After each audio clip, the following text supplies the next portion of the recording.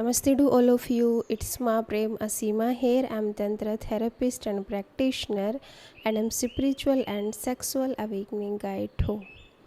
आज का विषय है सेक्सुअल फैंटेसी। हाँ, ठीक सुना आपने। सेक्स को लेकर भी हमारे बीच कुछ ऐसे लोग हैं जो बहुत डिफरेंट सोच रखते हैं, बहुत जो कल्पना रखते हैं इंटीमेसी को लेके, सेक्स लाइफ को लेके। अब ऐसे लोगों को अब नॉर्मल कैटेगरी में रखा जाता है, एक डिफरेंट कैटेगरी में रखा जाता है। अब आप सोचिए, आपकी जिससे शादी होने जा रही है या आपका जो आपका जो पार्टनर है, लव पार्टनर है, लाइफ पार्टनर है, उसकी एक ऐसी अजीब सी फैंटेसी हो कि वो नॉर्मल सेक्स आपके साथ करना ही ना चाहता हो। Normal sex in the sense कि हमने काफ़ी समय से, मतलब कि जब से हमने सेक्स एजुकेशन ली है, सेक्स जानकारी ली है, तो बचपन से मान लो कि एक प्रॉपर समय से, एज से, पीरियड से, कि हमने पेनिट्रेटिव सेक्स के बारे में सुना है, मिशनरी पोजीशन के बारे में सुना है। नॉर्मल सेक्स एक पेनिट्रेटिव सेक्स ही माना जाता है हम लोगों के बीच में। बट आपका पार्टनर कुछ ऐसी कल्पना लेके चल रहा हो, ऐसी कल्पना लेके जी रहा हो और आपसे भी वो उम्मीद कर रहा हो कि उन कल्पनाओं में आप उसके भागीदार बनो, आप उसका हिस्सा बनो, आपके साथ वो इन कल्पनाओं को पूरा कर पाए। अब जानते हैं कि ये कल्पनाएं किस किस तरह की हो सकती है। सबसे पहले कल्पना होती है एक मेल की, एक पुरुष की। हो सकती ऐसे बहुत सारी इमेजिनेशन है, बट कुछ कल्पनाओं का आज मैं व्याख्या करना चाहूँगी। जैसे कुछ लोगों की कल्पना होती है कि वो औरतों के पैरों को लेके बहुत अराउज फील करते हैं, बहुत कामुक फील करते हैं। वो इतने ज़्यादा इस चीज़ को लेके एडिक्टेड होते हैं कि वो स्त्रियों से उनकी फ़ोटो मांगते रहते हैं, पैरों की, उनकी जुराबों को सूंघते रहते हैं, उनके शूज़ को चूमते रहते हैं, उनके जूतों को, चप्पलों को। उन्हें पेनिट्रेटिव सेक्स अच्छा ही नहीं लगता, उन्हें सिर्फ औरतों के पैर चाहिए। अब आप सोचिए, अब आप लोगों को, मतलब आपको खुद को शौक लगेगा कि मेरी जिससे शादी हो गई है मान लो, और मेरा पार्टनर को पेनिट्रेटिव सेक्स में मतलब मज़ा ही नहीं आ रहा, उसको अच्छा ही नहीं लग रहा, उसको सिर्फ मेरे पैर चाहिए अराउज़ होने के लिए, कामुक होने के लिए, और पैरों में ही वो मतलब अपना इजैकुलेट कर देता है। इरेक्शन उसका उसके पैरों के बीच में ही आता है, महिला के पैरों के बीच में। तो आप सोचिए कि आपकी लाइफ कितनी अब नॉर्मल हो रही है उसकी इस फैंटेसी से। ऐसी ही एक दूसरी फैंटेसी है जिसकी हम चर्चा करने जा रहे हैं। वो फैंटेसी है और ऐसी बहुत सारी फैंटेसी आपने ना वेबसाइट पे देखी होंगी। तो अगली फैंटेसी है हमारी, जैसे कुछ पुरुषों को ब्रेस्ट सकिंग पसंद होता है, निपल्स पसंद होते हैं, उनको भी पेनिट्रेटिव सेक्स पसंद नहीं होता। तो वो हमेशा वुमेन के ब्रेस्ट को देख के अराउज फील करते हैं, वुमेन के ब्रेस्ट को देख के उनका इरेक्शन होता है, उनका इजैकुलेशन होता है। बाकी बॉडी पार्ट्स उनको अच्छे ही नहीं लगते, बाकी बॉडी पार्ट्स को वो छू ही नहीं रहे। तो ऐसे में फिर आप बैठ के उसके साथ क्या करोगे? और ये फैंटेसी सिर्फ फैंटेसी नहीं रहती, सिर्फ कुछ देर का हिस्सा नहीं रहता, वो उसके पूरे जीवन पे छा जाता है। इसके अलावा उन्हें सेक्स करना पसंद ही नहीं होता। कुछ की फैंटेसी होती है कि उनको जब भी सेक्स करना होता है तो वो सैटन के कपड़े, जो थोड़े से चिकने कपड़े होते हैं, वो पहन के उनको अराउज फील होता है। अगर आप उनके सामने कॉटन के कपड़े या किसी और तरह के कपड़े पहन के आ जाओ तो उनको अराउज नहीं होगा, उनकी उत्तेजना पैदा नहीं होगी। अच्छा, कुछ लोगों को होता है कि BDSM पसंद होता है। BDSM में बहुत सारी हिंसा होती है। इसमें हम दूसरे पे हिंसा करते हैं, खुद पे भी हमें दर्द लेना कि हमारा पार्टनर हमें डोमिनेट करे, हमारा शोषण करे, हमें मारे पीटे, गाली गलौच दे, बुरे बुरे शब्द दे, हमें बहुत सारी गालियाँ दे, हमें पीटे भी उल्टा, हमें मतलब हमारे सर पे या हमारी कमर पे अपने पैर रखे। तो इस तरह की भी लोगों की कल्पना होती है, अगर उनको ये शख्स ना मिले तो भी वो मतलब सेक्सुअली अपने आप को सेटिस्फाई फील नहीं करते। सोचिए अगर आपका पार्टनर ऐसा हो तो आपका क्या हाल होगा। ये थोड़े से ये सारी चीज़ें सुन के हमें ऐसा लगता है कि ये थोड़ी मॉरलिटी से कुछ अलग हटके चीज़ें हैं जिन्हें हमारा मतलब माइंड स्वीकार नहीं करता। कुछ की फैंटेसी होती है कि उन्हें अपने पार्टनर के साथ 2-3 लोगों को और इन्वॉल्व करना है, 3-4 लोगों को अपने बीच में और उनको इन्वॉल्वमेंट चाहिए कि एक जैसे आपने सुना होगा कि वाइफ स्वैपिंग होती है।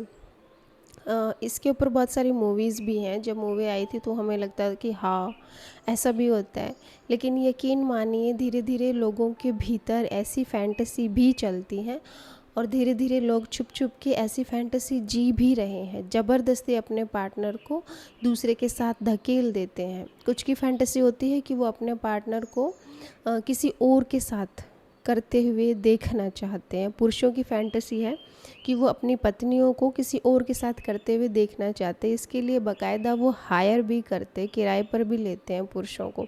इसको कुकहोल्ड बोलते हैं कि उनको अपनी पत्नी के साथ इरेक्शन नहीं हो रहा, एजैकुलेशन नहीं हो रहा, उनकी कल्पना पूरी नहीं हो रही, उनको सेक्सुअल सेटिस्फेक्शन नहीं मिल रहा, तो वो किसी और लड़के को हायर करते हैं और फिर उसको देखते हैं, फिर खुद मास्टरबेट करते हैं। तो ऐसी ऐसी भी फैंटेसी है, ऐसी ऐसी भी कल्पनाएं लोग करते हैं सेक्सुअलिटी को लेकर। अब आप सोचिए कि इससे आप ऐसी ऐसी फैंटेसी से आपके रिश्ते पर क्या प्रभाव पड़ता है। बेशक कोई पॉजिटिव रिस्पॉन्स तो आएगा नहीं, कोई पॉजिटिव इफेक्ट तो पड़ना है नहीं। आप मानसिक रूप से भी परेशान होगे, फिज़िकली भी और इमोशनली भी आप लोगों की इंटीमेसी नहीं हो पाएगी, क्योंकि ये कल्पनाओं का सफ़र जो है ना वो पूरा कभी होता ही नहीं है। लोग इसके एडिक्टेड हो जाते हैं, जैसे लोग शराब के एडिक्ट हो जाते हैं ना, जुए के एडिक्शन में फंस जाते हैं, ऐसे ही इन कल्पनाओं का एडिक्शन भी बहुत बुरा है। और आप लोगों ने देखा होगा कि कुछ को मतलब पोर्न देखकर ही वो अपनी वाइफ के साथ सेक्सुअली इन्वॉल्व होते हैं। अगर पोर्न ना देखें, अगर वो ऐसी फ़ोटो वीडियो ना देखें तो भी उनका इरेक्शन नहीं आता। पत्नियां मना भी करती हैं, पत्नियों का मन नहीं भी होता है तो भी उनको ज़बरदस्ती देखना ही होता है, क्योंकि बिना इमेजिनेशन के, बिना वो पोर्न सारी चीज़ें देखे तो भी पुरुषों का इरेक्ट नहीं होता, लिंग में तनाव नहीं आता। तो ऐसी ऐसी चीज़ें ना हमारी एक्सेप्टेंस से बाहर निकल जाती हैं। जब हमारा माइंड भी ऐसा होता है कि बार बार जब हम एक ही चीज़ को पर्टिकुलर वे में बार बार उसी को देखते रहे ना, तो हमारा बहुत माइंड जो बहुत सेंसिटिव होता है वो उस चीज़ को पकड़ लेता है। जैसे आपने बार बार BDSM की वीडियो आप देखे जा रहे हो, तो फिर जब आप नॉर्मल सेक्स अपनी वाइफ के साथ, अपने पार्टनर के साथ करना चाहोगे ना, तो आप नहीं कर पाओगे। आपको ये लगेगा कि BDSM ही ठीक है, इसके अलावा आप और किसी सेक्स को एक्सेप्ट ही नहीं करोगे, स्वीकार ही नहीं करोगे। मैं बार बार इसलिए बोल रही हूँ कि हमारा जो दिमाग है वो बहुत संवेदनशील होता है। उसको जो आप बार बार फीड कराओगे ना, उसको लगता है कि यही सच्चाई है, यही ट्रुथ है, यही सही चीज़ है, सही रास्ता है करने का, सही वे है। तो इसलिए किसी भी फैंटेसी की, किसी भी चीज़ की हमें लत नहीं होनी चाहिए। अब कुछ लोगों को लगता है कि जो LGBTQ कम्युनिटी है तो वो लोग इसलिए ही हम सबसे मतलब नॉर्मल लोगों से दूर रहते हैं कि इन फैंटेसीज़ की वजह से। बट ऐसा सोचना बिल्कुल ही निराधार है। वो जन्म से ही ऐसे पैदा होते हैं कि वो LGBT कम्युनिटी में ही सरवाइव कर सकते हैं, जी सकते हैं।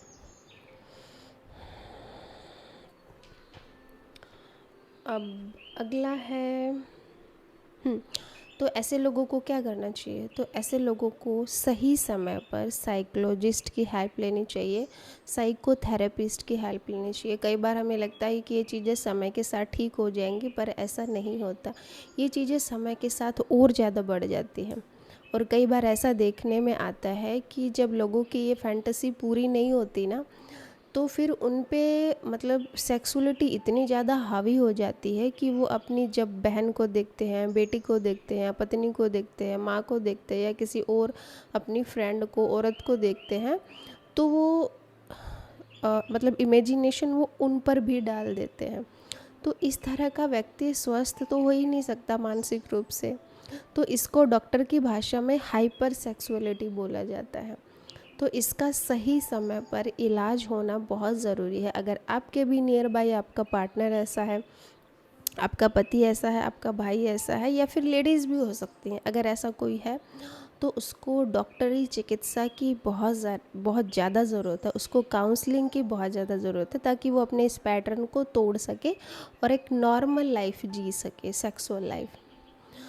तो ऐसे में उसको साइकोलॉजिस्ट की ज़रूरत हो सकती है, साइकोथेरेपिस्ट की ज़रूरत हो सकती है। तो सही समय पर इन चीज़ों का सही इलाज होना बहुत ज़रूरी है, अदरवाइज़ आपकी जो लाइफ है पूरी डिस्ट्रॉय हो जाती है। ऐसे लोग मतलब दिमागी रूप से भी कमज़ोर हो जाते हैं, वो अपना पढ़ाई भी नहीं कर पाते, अगर वो स्टूडेंट है तो, अगर वो जॉब में है तो वो अपना बिजनेस अच्छे से नहीं चला पाएंगे। ऐसे लोगों के संबंध भी, जो रिश्ते होते धीरे धीरे वो भी टूट जाते हैं, धीरे धीरे वो ऐसे लोग अकेले हो जाते हैं। उनको अकेले मास्टरबेट करके सेटिस्फेक्शन मिलती है, अकेले कल्पना करके अगर उन्हें कोई नहीं मिल रहा तो वो अकेले धीरे धीरे समाज से कट जाते हैं और अकेले होने शुरू हो जाते हैं। फिर फिज़िकली, मेंटली, हर तरह से वो मतलब धीरे धीरे करके वीक होते जाते हैं, कमज़ोर होते जाते हैं। ऐसी ही कल्पनाओं में मास्टरबेशन भी आता है। मास्टरबेशन को भी, हस्त मैथुन को भी अगर आप अधिक मात्रा में करते हो, अत्यधिक मात्रा में, तो वो आपके लिए हानिकारक साबित होता है। कुछ लोगों को पोर्न देख के मास्टरबेशन की हैबिट होती है।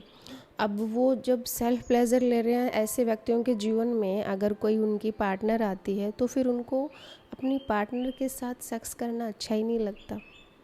उनको सेटिस्फेक्शन जब तक नहीं मिलती जब तक कि वो खुद सेल्फ प्लेजर ना ले ले, खुद मास्टरबेट ना कर ले। तो ऐसे व्यक्तियों का सेक्स अधूरा ही रहता है अपने पार्टनर के साथ करने के बाद भी। तो ये हुई ना एक लत बुरी सी। अब इस बात को आप कैसे समझेंगे कि ये एक तरह की लत है, ये एक तरह की बीमारी है। देखो, अगर कोई भी चीज़ बिना करे आपको नींद नहीं आ रही, आपको बेचैनी हो रही है, आपका जो डेली रूटीन का लाइफ है वो प्रभावित हो रहा है, उसमें गड़बड़ी आ रही है, तो आप मानिए कि आपको लत है। जैसे कुछों को सिगरेट पीने के बाद ही उनको मतलब फ़्रेश होना होता है, सुबह गुटखा खाकर ही वो फ़्रेश होते हैं, अदरवाइज़ वो फ़्रेश ही नहीं हो पाते। कुछ को चाय की लत होती है, चाय पी के ही वो अब फ़्रेश होने जाते हैं। तो ऐसे ही मास्टरबेशन की भी लत होती है। अगर वो बिना मास्टरबेट करे नहीं सो पाते तो यकीन मानिए कि ये एक अति है। अति किसी भी चीज़ की ठीक नहीं होती। अगर आपको भी किसी भी तरह की प्रॉब्लम है फैंटेसी को लेके, मास्टरबेशन को लेके, तो आपको अपना इलाज कराना बहुत ज़रूरी है। जैसे कि हमें बुखार होता है, खांसी होती है या और कोई बीमारी होती है तो हम डॉक्टर के पास जाते हैं। सेक्सुअलिटी को लेकर भी ये चीज़ें नॉर्मल हैं। आप किसी भी चीज़ को लेके अति में जा सकते हो, तो इसका भी इलाज संभव है। आपको शर्माने की ज़रूरत नहीं है। अगर आप चाहे तो मुझसे भी काउंसलिंग ले सकते हैं, अदरवाइज़ अगर आपके आसपास या आप नेट पे सर्च कर सकते हैं, कोई साइकोलॉजिस्ट है, कोई साइकोथेरेपिस्ट है, तो उससे आप ज़रूर मिलिएगा अगर आपके साथ भी ऐसी कोई प्रॉब्लम है तो ये था आज का विषय फैंटेसी को लेके। अगर आप लोगों की भी सवालों के जवाब मिले हो, क्योंकि मेरे से किसी ने पूछा था फैंटेसी को लेके, इसलिए मैंने ये वीडियो बनाया है। तो अगर आप लोगों के कोई भी सवाल हैं तो डिस्क्रिप्शन बॉक्स में मेरा व्हाट्सअप नंबर दिया गया है, आप मुझे मैसेज कर सकते हो, काउंसलिंग भी ले सकते हो। और अगर वीडियो पसंद आ रही है तो आप अपने दोस्तों के साथ शेयर कर सकते हो, चैनल को सब्सक्राइब कर सकते हो और कमेंट भी लिख सकते हो। So thank you so much guys for listening me. मिलते हैं नेक्स्ट वीडियो में। आज के लिए आप लोगों का बहुत बहुत धन्यवाद और बहुत सारा प्यार।